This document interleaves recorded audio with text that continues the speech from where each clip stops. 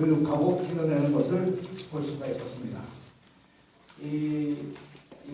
방문하는 기간 동안에 몇몇 사람들과 학생 교류와 교육에 대한 교류, 협력 분야에 이제 우리가 한번 이제 구체적으로 논의할 단계에 오지 않았느냐 이런 논의를 했고, 학생 교류와 교육에 대한 협력에 관한 여러 가지 사항들 앞으로 구체적으로 분점에 마련된 개성에 마련된 남북 공군 연락사무소 북측 소장인 전종수 소장과 직접 구체적인 안들을 서로 논의해 나가는 방안으로 협의를 마쳤습니다. 저는 학생 교육에 대해서는 너무 서두를 일은 아니라고 생각합니다. 우선 우리 학생들이 북에 대한 적절한 이해와 정말 평화와 통일이라는 개념이 뭐라고 어떤 것이냐고 하는 것, 이런 것들을 충분히 우리 학생들이 숙지하고, 그리고 그런 연휴에 수학여행을 하든 아니면 학생 오케스트라가 북에 가서 연주회를 하든, 또는 학생들 간의 평화에 대한 학생 간의 어떤 토론회를 개최하든, 그런 것들은 그 이후에 이루어져야 되지 않는가 하는 생각을 가지고 조심스럽게 접근해가는 것이 옳다고 생각하고 그 방향에서 노력을 나가겠습니다. 그러나 북쪽에서도 경기도는 아시는 바와 같이 접경도일 뿐만 아니라 경기도가 그동안에 여러 면에서 농업이라든가 그런 분야에 협력 사업을 해왔었지만 그것이 끊어진 지 벌써 꽤 오래됐고 해서 다시 이것을 아마 재건하기 위한 노력을 이번에 참석했던 이화영 경기도 평화부지사께서 몇몇 사람들과 같이 협의하고 일정한 정도의 합의도 이루어진 걸로 알고 있습니다. 그러나 아마 이런 일들이 집행 단계에 이르기까지는 좀 더 시간이 필요하지 않겠냐 생각합니다. 왜냐하면 현 단계는 4.27 합의와 9.28 선언의 내용들을 그 내용들 속에서 우선 실천해 나가는 실행해 나가는 그런 과정이기 때문에 좀 더 시간이 필요하다고 생각합니다. 이제 이 주요 정책에 대한 말씀을 몇 가지 말씀을 드리고 여러분들부터 질문도 받고 좀 더 상세한 설명을 드리도록 하죠. 첫째로는 교육 자치라고 하는 것이 저는 학교 자치에서 결국 결정될 것이다 이런 생각을 가지고 이제 그야말로 민선 4기 동안에는 학교 자치 시대를 확실하게 열어가겠다는 것을 약속드립니다. 학교 자치는 그야말로 우리나라 초중고 교육을 정상화할 뿐만 아니라 학생 중심 교육을 실현하는 데 있어서 반드시 이루어져야 될 하나의 중요한 시스템이라고 생각을 합니다. 이런 점에서 정부, 정치권, 지방자치단체와 함께 제도적 기반을 만들어 나가며 구체적으로 학교 자치의 프로그램들을 진행해 나가도록 하겠습니다. 여기서 먼저 교육 자치를 실현하기 위해서 그동안 교육부에 집중되어 있던 권한을 시도교육청으로 이양하고 학교 교육을 규제하는 시행령, 훈령, 지침, 고시 등을 아마 조속히 폐지하지 않으면 안 되는 것이라고 생각합니다. 그리고 이를 국회에서 법률로 제정하도록 건의할 예정에 있다는 것을 말씀드립니다.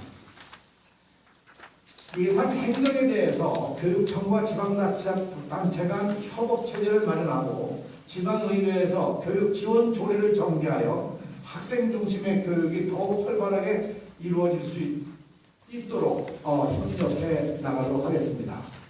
경기도와 경기도의회와 보다 더 긴밀한 협의를 통해서 이런 교육 자치가 학생 중심의 교육으로 활발하게 발전해 갈 수 있도록 논의해 나가도록 하겠습니다.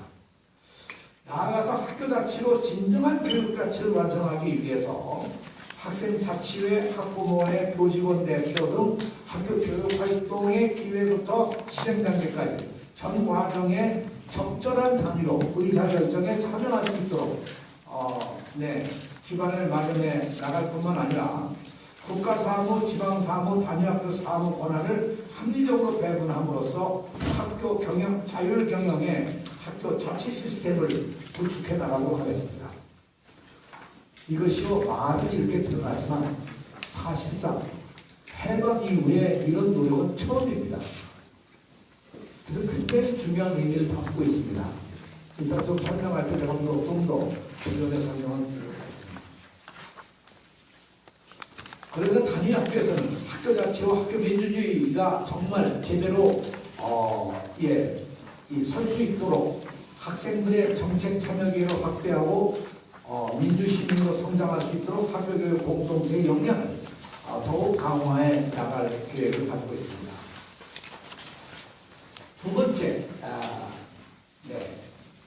앞으로 4년간 저는 학생 주도의 미래교육을 구현해 나가도록 하겠습니다. 미래교육이라는 것은 그야말로 우리 아이들이 갖고 있는 무한한 상상력을 기반으로 해서 우리 아이를 꿈꾸는 세계를 직접 이루어가는 그런 과정이 된다고 생각을 합니다.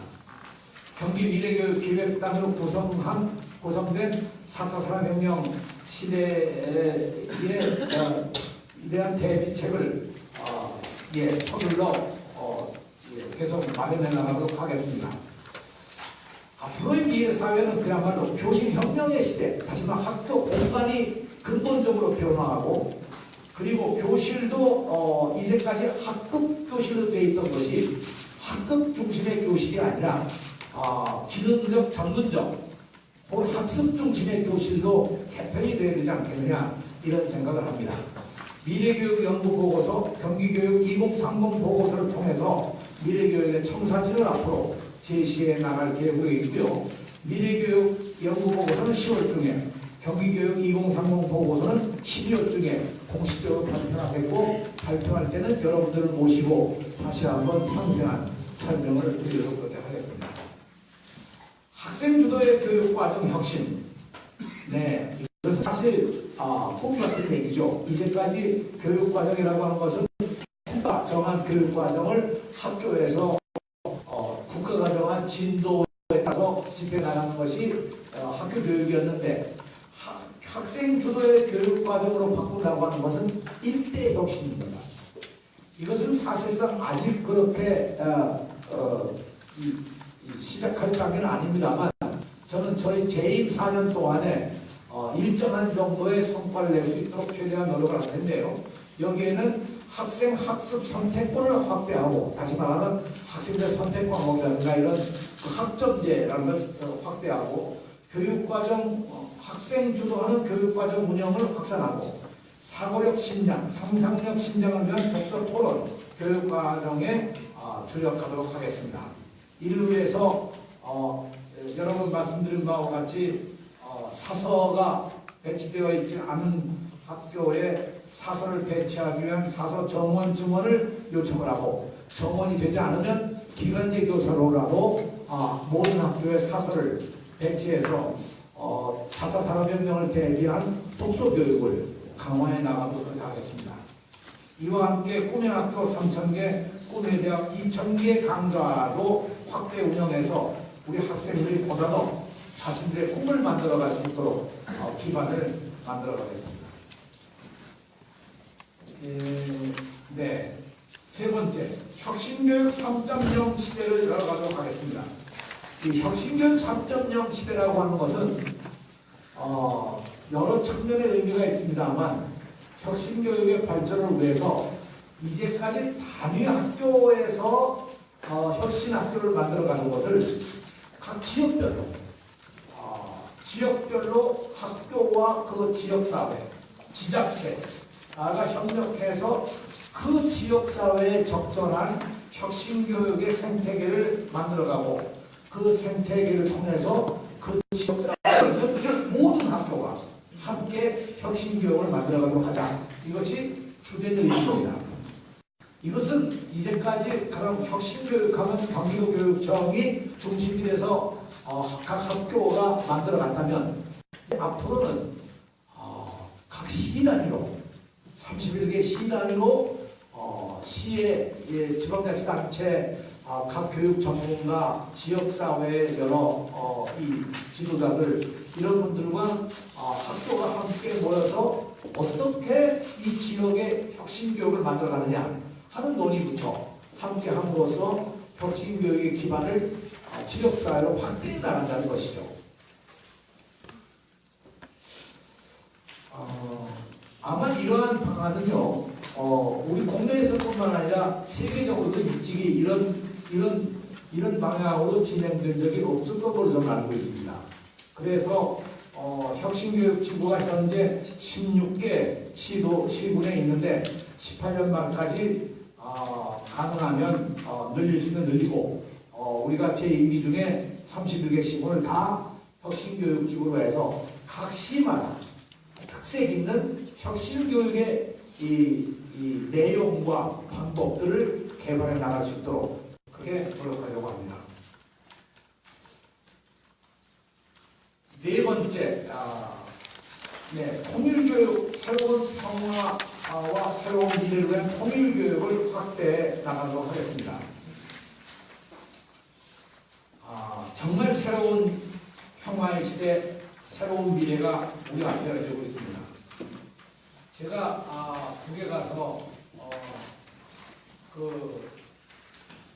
과거 11년 전에 5.1 경기장에서 여러분도 아시다시피 아리랑 축전이라는 걸 제가 가서 관람했었는데, 이번에는 저희가 그 같은 장소에서 대집단 체조와 예술 공연이라는 이름으로 붙겠더라고요. 대집단 체조와 예술 공연. 제목은 빛나는 조국이라는 작품에서 일부를 했는데요. 놀라운 것은요, 우리 평창 올림픽 때 개막식에서 했던 그 드론을 이용한 그런 것, 또 이 3D 영상 기법에 의해서 그 여러 가지 이 변화를 이 조명과 이 3D 기법에 의해서 만들어낸 것처럼 이번에 평양에서 본 이 예술 공연은 그 기법이 산업화됐더라고요.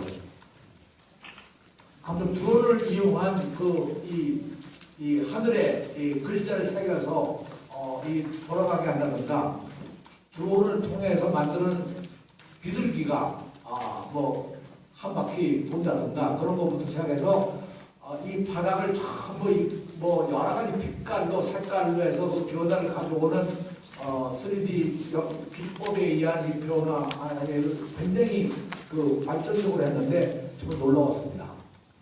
아마 제가 보기에는 김여정 제1부부장이 선전성동부의 책임자거든요. 그래서 그분이 아마 뭔가 그 당시 와서 여러 가지 그 자료들과 이런 걸 기법을 같이 상의해서 간 게 아닐까 이런 추측은 합니다. 그걸 알아보지 못했습니다. 왜냐면 김여정 씨를 만날 기회가 없었기 때문에 만났으면 제가 한번 풀어봤을 텐데 그럴 기회가 없었습니다. 이 내용도 여기 보면 평화와 번영 통일의 대통로를 열어가자 하는 게 주된 목표로 되어 있고, 이것이 과거와 전혀 다릅니다. 그러니까 평양시 전체가 나는 건물이 새로워지고 이런 것보다도 예전에 있던 구호, 가령 뭐 미제를 타도하자, 뭐 이 군사력이 길러서 보통단에 뭐 이렇게 뭐 하자, 뭐 핵무기로 뭐 어떻게 뭐 하자, 이런 얘기는 하나도 없고요. 주제가 어디로 가 있냐 할 것 같으면 이제는 다른 게 아니라 세계를 붙자, 세계로 나아가자, 미래를 담보하자, 그리고 과학기술로 우리가 정말 참 약진하자, 여기에다가 교육으로 미래를 담보하자, 이 교육에 대한 것도 굉장한 역점을 두고 나가는 것을 느낄 수가 있었습니다. 이런 점에서 북한 사회가 근본적인 변화를 이루고 있다는 것을 느낄 수가 있었던 것이죠. 여기도 보면 이 공연 내용에 좀 여러 가지가 있지만 과정 속에 제3장에 가면 이렇게 나오더라고요. 제1경이 과학의 나래를 보고 과학에 대한 역점을 대단히 중요하게 하고 있는데, 제가 그 과학 지식전당인가 하는 것도 가봤는데요. 와, 뭐 우리가 만든 과학관 이거는 그야말로 저희가랍니다. 그 건물의 설계부터 규모에 이르기까지 아무튼 대단합니다. 근데 무엇보다도 과학 전시관에 예를 들면 과학 여러 가지 물리 과학, 생물 이런 천체, 우주 이런 것들을 다 설명하는 일종의 그런 우리가 시설에서 경험하는 것만 있는 게 아니라 그 매 층마다 그런 현장 옆에는 어디든 가면 컴퓨터와 테이블이 있어서 학생들이 직접 거기서 작업도 하고 토론도 하고 학습을 할 수 있는 그런 시설로 돼서 상당히 저는 아주 그 과학관에 대해서 굉장한 감동을 제가 받은 바가 있었습니다. 저는 앞으로 이런 면에서 통일 교육을 그야말로 확대해서 남북 간 학생과 교육자 등 민관 교류를 진행하기 위한 사전 작업으로 이런 교육에 좀 더 강화해 나갈 것이고요. 앞으로 여러 이 기관과 네트워크를 만들어서 경기 평화통일교육센터, 가칭 이런 것을 설치해서 좀 더 효율적인 교육을 해나가야 되지 않겠느냐 이런 생각을 이번에 가지게 되었습니다. 아까 말씀드린 바와 같이 앞으로 교육 교류에 관한 문제는 남북 상설 연락사무소로 되어 있는 개성에 있는 북측 연락사무소의 소장인 전종수 소장을 통해서 저희가 논의하고 협의해 나가기로 그렇게 약속을 했습니다. 이 전종수 지금 소장은 현재 그쪽에는 조평동 조국평화위원회의 부위원장으로 되어 있고 제가 11년 전 정상회담 할 때도 그랬고 11년 전 남북 장관급 회담할 때도 그랬고 꼭 그때 참석했던 즉 대표 가운데 한 사람이었습니다. 네. 지금 11년 만에 만났는데 상당히 높아지는 겁니다.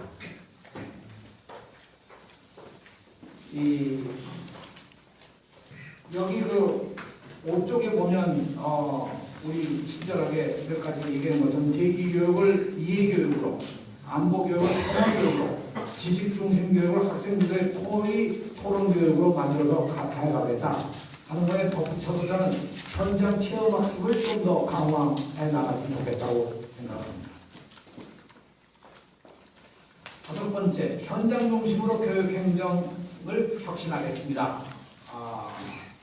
이 얘기는 그냥 문서로 여러분들이 받아주시면 감사하겠습니다. 끝으로 저는 정말 교육다운 교육을 만들기 위해서 학교 민주주의와 학교 자치라고 하는 것은 가장 필수적인 과제라고 생각합니다. 이 점을 역점으로 해서 제가 열심히 노력해 나가도록 하겠습니다. 동시에 교육에 대한 여러 가지 담론들, 학교 담론을 넘어서 학교 담론이 사회 담론으로 확대되길 바라고요. 교육다운 교육을 만들어 나가기 위해서 학교 안의 논의가 아니라 학교와 학교 우편을 넘어 지역사회가 함께 논의하는 논의 구조를 만들어 나가도록 그렇게 하겠습니다. 그래서 교원, 학생, 학부모, 지방자치단체, 지방의회, 시민단체가 경기교육 공동체로서 모두가 다 협력하는 새로운 협력의 시대를 열어나가도록 한다는 것을 약속을 드립니다. 네, 이 정도로 모두 발언 말씀을 드리고요. 그리고 네, 이 별천대로 가운데 특별히 중요하게 제가 여러분에게 한번 말씀드리고 싶은 것이 3번입니다. 3번 학교 기본교육이 자율편성 실시라고 하는 부분을 한번 봐주시기 바랍니다. 학교 기본운영비는 학교 규모에 따라서 학교에 이제까지 배정해 와서 학교가 운영해온 예산입니다. 이게 이제 예산이 나갈 때요. 예산 편성 지침해가지고 아주 뭐 세목 왜 여기 없으신 마인드 자료 좀 갖다 주시죠. 네. 못 보셨어요? 네. 그 세목으로 나눠서 아주 촘촘히 예산을 쓰는 방향을 교육청이 지침으로 내려보냈는데 반해서 이제는 학교장의 책임 아래 학교 기본 운영비를 학교에서 자율 편성해서 학교가 그야말로 선택과 집중을 해서 학교 교육을 만들어갈 수 있도록 그렇게 하겠습니다. 이제까지 현행으로 왔던 학교 회계 예산 편성 지침도 자체를 아예 폐지하고 현장에서 학생 중심으로 집행할 수 있는 역량을 만들어가도록 하겠습니다. 그러나 여기도 우려가 많습니다. 첫째는 안 해봤는데 배란간에 어떻게 이 예산 편성을 하느냐. 근데 그거는 우려하실 바가 아닌 것이 학교 운영비를 해오는 것이 이제까지의 관행으로 해오던 그 기준들이 다 있습니다. 그러니까 그 기준에서 혹 학교가 그야말로 자율적으로 집중과 선택과 집중을 하기 위해서 해야 될 부분이 있다면 하도록 하는 거죠. 거기에 예를 들자면 과거에 어느 분야에 대해서는 몇 프로 예산을 해라 하라고 하는 강제 지침이 있었는데 그 지침이 다 없앤다는 얘기입니다. 그럼 학교에서 그런 문제들을 조금 더 내부 구성원과 협의해서 해나가지 않을까 그런 생각이죠. 어떤 사람들은 학교장의 전횡이 우려된다 이런 사람들이 있습니다. 뭐 그럴 수도 있으리라고 생각합니다. 그러나 그런 시행착오를 겪지 않으면 실제로 제대로 넘어가기가 상당히 어려워서 비록 좀 어렵고 시행착오가 많이 일어난다 하더라도 학교 자치라는 큰 틀에서 이번 예산 운영을 학교에 전적으로 드릴 생각입니다. 현장에서 시행착오가 일어난다고 하면 그것을 어떻게 수정하고 집행하느냐는 얘기를 혹 우리가 예산 편성부터 운영까지 어려움이 있는 걸 예상해서 여기에 대한 이 자문을 해줄 수 있는 시스템을 만들어서 그때 자문을 해줄 수 있도록 저희가 해나갈 것이고요. 그러면서 동시에 현장의 역량을 강화해 나가자. 그것이 저희가 갖고 있는 기본 방향입니다. 이것이 학교 자치의 일대 혁신이 되리라고 생각합니다. 이 혁신 정도가 아니라 사실은 그야말로 혁명입니다. 우리가 아까 말씀드린 바가 해방 이후에 처음입니다. 아무튼 여러 언론계에서 이 점을 잘 이해하시고 서로 현장에 조금 부족한 점이 있고 시행착오가 있다 하더라도 마치 우리가 살면서 감기 앓는 것처럼 일종의 그런 과정으로 이해해서 좀 잘 돼 나갈 수 있도록 정착될 수 있도록 했으면 좋겠습니다. 이게 정착되면 그야말로 저는 학교 자치가 본격적으로 이루어질 수 있다고 생각하고 내년도가 좀 미흡하면 후년에 좀 더 발전하고 9년이 미흡하고 그 다음에 더 발전해서 아마 제 임기가 마칠 때쯤 되면 아마 학교 자치가 확실하게 눈에 보이게 발전될 수 있으리라고 생각합니다. 두 번째 말씀드리고 싶은 것은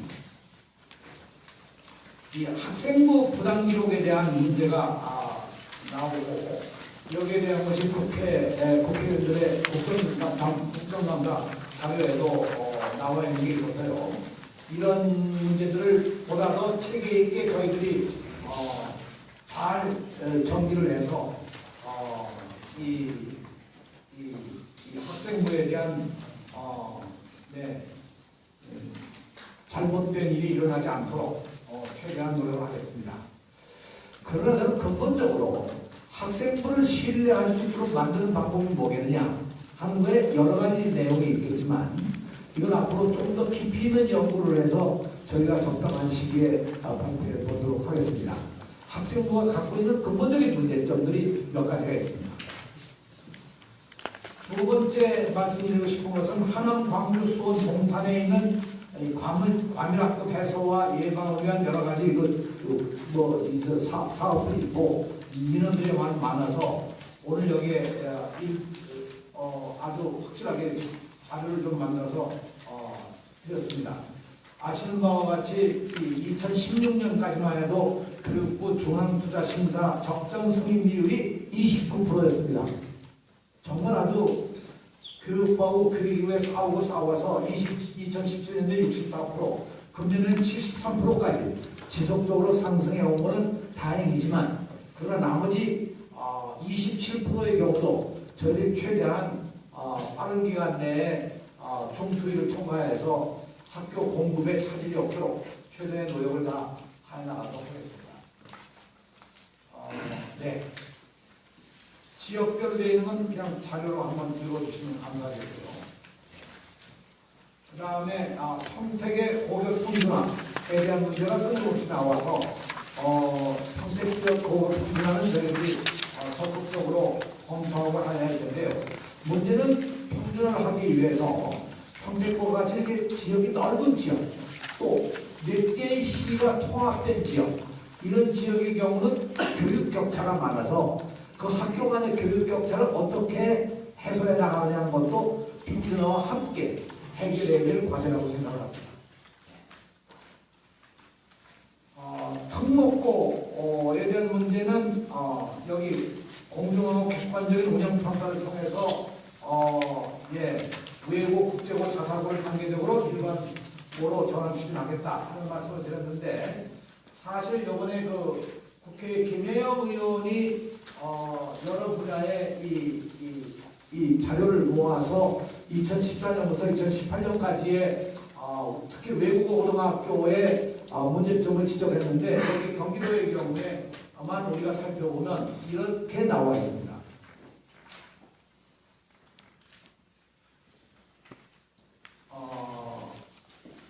이게 특목고라고 해서 우리가 외국어로 하는 경우에 그 목적 자체는 뭡니까? 외국어를 기반으로 한 그 분야에 전문가들을 길러내겠다는 것이 목적이었었거든요. 그런데 반해서 실제로 한 예로 경기 외고의 경우에 2014년도에 대학 당해년도 졸업해서 대학 진학을 지원한 사람이 288명인데 288명 가운데 어문 계열로 간 사람들이 149명, 비어문 계열로 간 사람이 118명. 그래도 이 경기 외고는 2014년에 상당히 좋았습니다. 그러나 2015년에는 많이 나빠집니다. 162명 졸업생 대학 진학자 가운데 전공 분야로 간 사람이 54명. 그러니까 약 한 30% 정도밖에 되지 않는 거예요. 그리고 비어문 계열로 간 게 85명. 2016년에는 더 나빠져가지고 246명 가운데 어문 계열 쪽으로 지방 간 사람이 61명밖에 되지 않고 비어문 계열이 185명이나 됩니다. 이런 점에서 실제로 이 학교들이 목적대로 설립 목적대로 진행된 거냐에 대한 문제점이 제기되는 거예요. 이건 제 자료가 아니라 김혜영 의원이 이 국정감사 자료로 될 때에 대해서 제가 발췌해서 말씀을 한 예로 이 경기 외고를 말씀드렸는데 여러 곳이 다 나와 있는 거의 같은 수준입니다.